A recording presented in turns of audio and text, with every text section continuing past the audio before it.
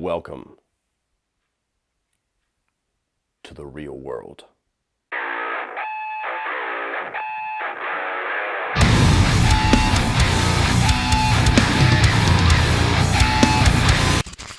So The Matrix tells the story of a hacker who finds out that his entire reality is a computer-generated prison. What's up, guys, and welcome to my Matrix review series. We got Matrix Resurrections coming out in just over 3 weeks, and so we're going to talk about the entire franchise. As far as the live-action movies, I'm not going to watch Animatrix or any other side stories that they might have come out between then. Just the 4 mainline movies starring Keanu Reeves and Carrie-Anne Moss and all of them. So, The Matrix, without a doubt, no matter whether you like the movie, hate the movie, love the movie, is one of the biggest and most influential movies to ever come out. This really broke the mold in 1999 and just did a gigantic leap forward as far as action movies, as far as fight choreography, as far as special effects regarding slow motion. This was a movie that made such a pop culture splash when it came out that for 5, maybe even 10 years after this, there was rip-offs, there was parodies, there was influence to the point where it was almost feeling like they were just taking direct sequences from this movie and putting them in other stories. Nowadays, you think about slow motion, you think about fight choreography and dodging bullets and all of that, and it just seems like we've seen this 1,000 times. But The Matrix took all of those things and did it in such a perfect way and such a unique way and made such an impact on filmmaking that every action movie, every sci-fi movie that came out after The Matrix, that was almost a prerequisite. You have to have something that The Matrix did in your movie. I remember seeing this movie in the theaters, not even knowing what it is. My dad just took me to go see it. I remember being blown away and became one of my favorite movies ever. I think this was actually one of the first, if not the first DVD that we ever owned. I actually remember distinctly going to either Walmart or Sam's Club 2 or 3 times because DVDs were such a new technology that the DVD player that we bought couldn't handle The Matrix. It was something weird going on with that, which sounds silly nowadays, but we had to go like 3 different discs to get one that would work on our DVD player because it was such a brand new technology. So The Matrix really was a movie that I have a lot of fond memories with, and I have a lot of distinct memories about when it came out and how it impacted me, how it impacted movies. I mean, even seeing something like Deuce Bigalow, where there's just direct Matrix ripoffs. Even games like Conker's Bad Fur Day, which is one of my favorite games of all time, has an entire Matrix parody section. This movie was just one of those influential pop culture films that even if you have never seen it,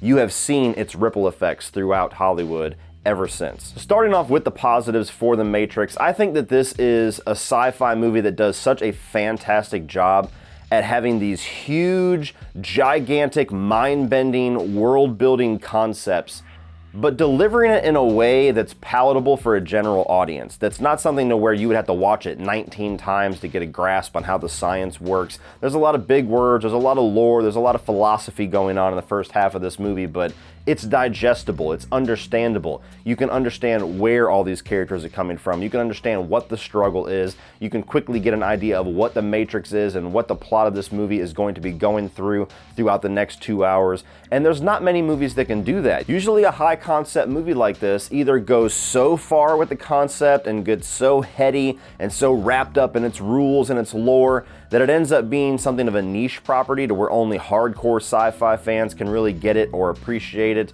or it feels like it alienates general audiences. Or you get something that has to be so simplified that you can barely even call it science fiction because it's such a generic concept because it has to be dumbed down to appeal to the most people possible. The Matrix was one of those few movies that really did both. And the story of this film is paced out in a very unique way to where all of the world building and the lore building and all of the concept execution and all of the exposition and the rules and all this new information that we're getting constantly to get developed into the world of what the Matrix is, that's pretty much regulated to the first half of the movie.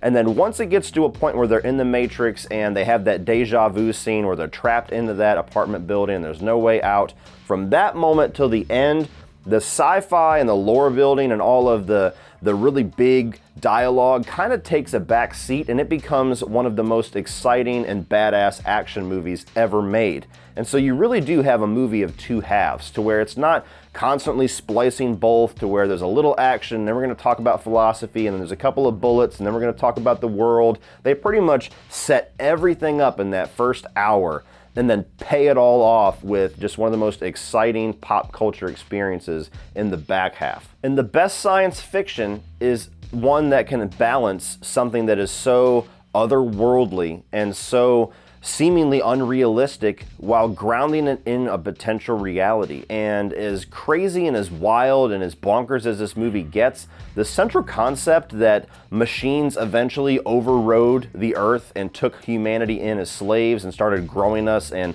isolating us as power sources and just keeping us in this, the Matrix, this whole fake world to keep us content while we grew out and lived our entire lives in these little juice pods so that they could suck all of our bioelectric energy out until we eventually died. Like, that's something that's not that far off from something like Terminator, where you get something that goes back through time because the machines have taken over the earth and there's that one human savior, and you get, yet again, that one human savior here in the name of Neo. So there's small elements here that we've seen before. There's small elements here in like AI and certain concepts that we've explored before, but it took such a unique kind of a digital age direction right when the internet was starting to become kind of a thing in 1999 that this was so revolutionary for the time. And just like any good science fiction that talks about AI and machines and humans and the war, like the more that we start to rely on machinery and the more that we start to have, ambient voice controls in our house and we've got Teslas driving us around without even having to touch the steering wheel,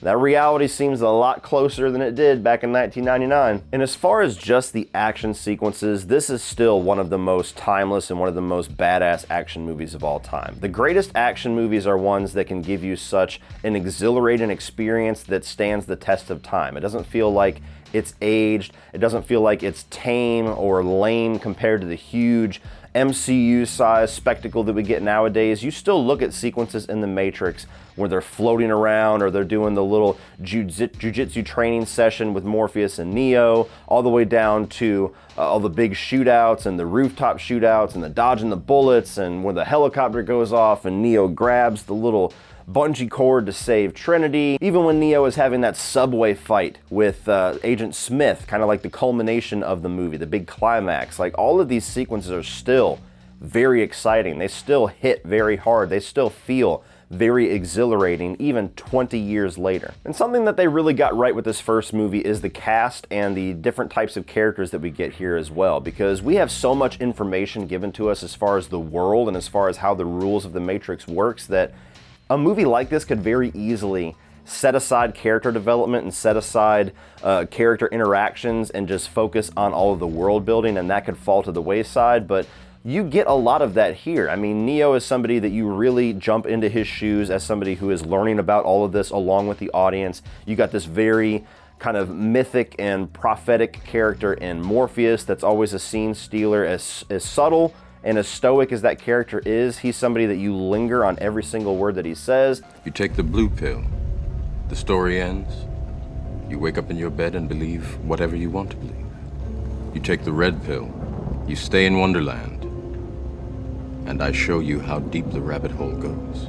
You get Trinity, who's a total badass, and she's really cool, and the way that her relationship develops with Neo, as well as the relationship that she already has with Morpheus, you feel that without them having to explicitly state it throughout the movie. And even the smaller characters, I mean, even like Joe Pantoliano as Cypher, who's kind of like your mini villain there for a while, or even the other characters of the Nebuchadnezzar that are smaller crew members, they all stand out. They all have their moments or their lines of dialogue that make you remember those characters. So for something that introduces so much in the first hour of this film, the characters do not get sacrificed whatsoever, and that's another thing that The Matrix is in a rare group of movies with. As well as the agents. The agents are some of the most iconic villains in movie history, especially Agent Smith. Just simple, suited characters with the sunglasses that just morph in and out of situations. They're such a tense villain because they can come at you from anywhere. They can come at you from any single moment. You could escape them, shoot them, kill them, which is pretty much explicitly stated in the movie, has never been done. And you could be the one person to do that, and 5 seconds later they can jump into somebody else and you've achieved nothing. So just a very genius concept of computer virus in human form. And then you have the gravitas of somebody like Hugo Weaving to bring that character across. Mr. Anderson. I mean, that's almost as iconic as any other line in this movie just because of the way that guy delivers it. And one of the things that I enjoy the most and I appreciated the most on rewatch with The Matrix is, especially now in 2021, but it was even something that was pretty relevant to say in 1999, the whole prophetic hero, you know, the Messiah character, that's a storyline that we have seen before. I mean, even just recently with Dune, that's getting redone in a modern way now. That was something that was in the 80s. We've had, you know, Star Wars with Anakin Skywalker and Luke Skywalker. The whole you're born to save the universe storyline with this character that has no idea what the fuck you're talking about. We have seen that so many times. But what is really cool about the way that they bring it about in The Matrix is that they give enough focus on the character's journey, on Neo's journey, that it doesn't just feel like this person is handed a legacy. It doesn't feel like, oh, this guy is just going to be the powerful one because the script said so, and by the end of the movie he's going to find that out. You really do feel like this guy puts it all on the line, risks his life, does this impossible suicide mission, and comes out on top. Like, he earns the role of Neo. He earns that whole prophet role in this universe to where he is going to be the one to save everything. By the end of the film, whenever Hugo Weaving dumps that clip into him and then he stands back up, at that moment, without him even stopping bullets and obliterating Agent Smith and actually seeing the Matrix inside of the Matrix, you already believe that this guy is the one just because he has done so much badass shit in the back half of this movie that you want him to be the one. It's that moment when he's got Agent Smith wrapped around him and that train's coming. He says, "My name is Neo," and then just fucking creams him and backflips off of the train tracks. Like, that's the moment where we're like, you goddamn right, you're the one! If I had anything in this movie that doesn't 100% come together for me, it's just one small little thing to be honest, I think the sequels kind of reinforced it when they could have easily fixed this problem for me. Something that I'm mixed on, I never quite feel the love that they try to put with the character of Trinity and the character of Neo in the last 10-15 minutes of this movie. There's this whole plot point to where, I mean, you can kind of tell that she is liking him throughout the movie, and she kind of hints that there's something that the Oracle told her, and it comes to a point to where he presumably dies, and she's like, no, I was told that I'm going to fall in love with the one, and I'm in love with you, so you have to be the one, and then he stands up. And that's a cool moment, that's a cool isolated scene for those two characters to where that gives him kind of the motivation to get back up, like she's speaking to him from beyond the grave. I like all of that, but something about those two characters and the interaction that they've had, despite having this little suicide mission, little get together with each other the last 20-something minutes of the movie, I never really felt love between them. And so that's the one element of the movie that every time I get to that point, I'm like, but do you love him? I don't know if it really feels like you love him. And like I said, maybe it's because The Matrix Reloaded and The Matrix Revolutions never really sold me on that, and I'm looking forward to watching those movies. I haven't seen them in over a decade to see if my thoughts have changed on them. Wasn't a big fan when I saw them the first time.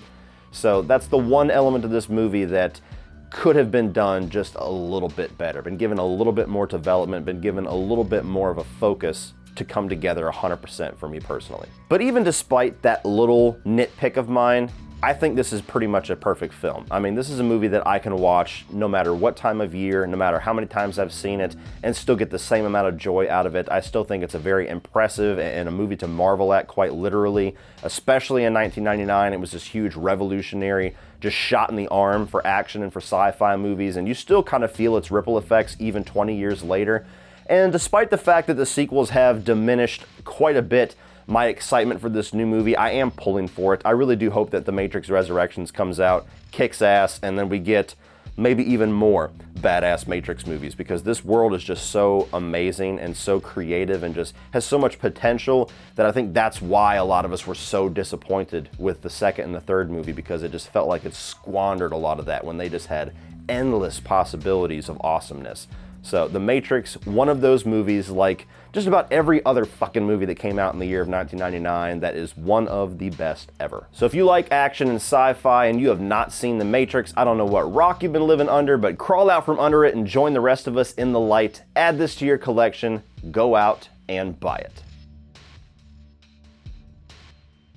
So what do you guys think of The Matrix? Is this a movie that you have loved, that you saw back in 1999 and have loved ever since? Is this a movie that you just never really got the hype with, and maybe you watched it recently and don't get what the big deal was 20 years later? Let me know all of your thoughts down below. And are you excited or are you very skeptical about The Matrix Resurrections? Let me know down below what your guys' thoughts are, and we'll be talking about it more over the next couple of weeks with The Matrix Reloaded and The Matrix Revolutions and then Resurrections. Too many fucking R words.